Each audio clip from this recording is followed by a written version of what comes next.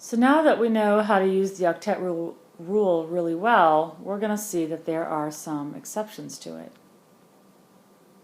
The first exception is that some atoms, some elements, are electron deficient, which means they actually typically have fewer than 8 electrons.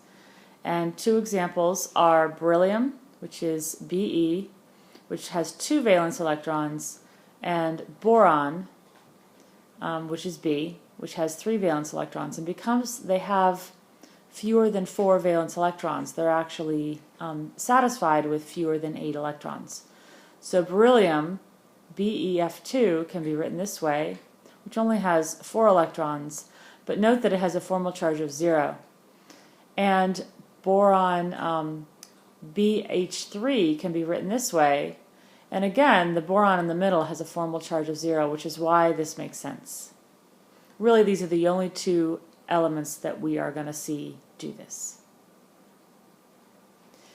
The next exception is really rare, and it's not something that we are ever going to draw, but you should know what it is. And that is a molecule that has 1 unpaired odd-numbered electrons. It's called a free radical, and we draw the loose unpaired electron as just 1 dot like this, and it sits on the nitrogen in the case of NO2.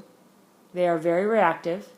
They're often carcinogenic because that unpaired electron is really looking for a partner, so it tends to break up other things like DNA, enzymes, proteins. It can mess up other molecules in order to react.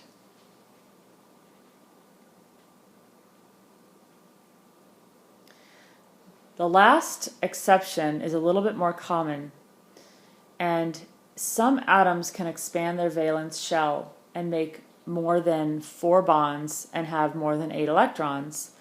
This can only occur with elements that have an empty d orbital, and to have an empty d orbital they have to be in the 3rd period or higher in the periodic table. So elements in period 1 and period 2 are unable to do this. So sulfur, which is in period 3, can make 6 bonds with 6 fluorines to make SF6, sulfur hexafluoride. Oxygen, which is in the same group as sulfur, but is in period 2, oxygen cannot do this, but sulfur can.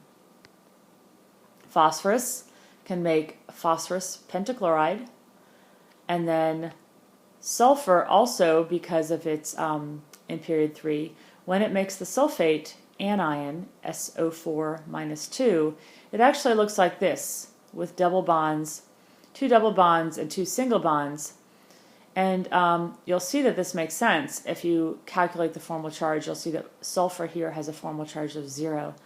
If it has 4 single bonds to oxygens, it does fulfill the octet rule, but those formal charges will be higher.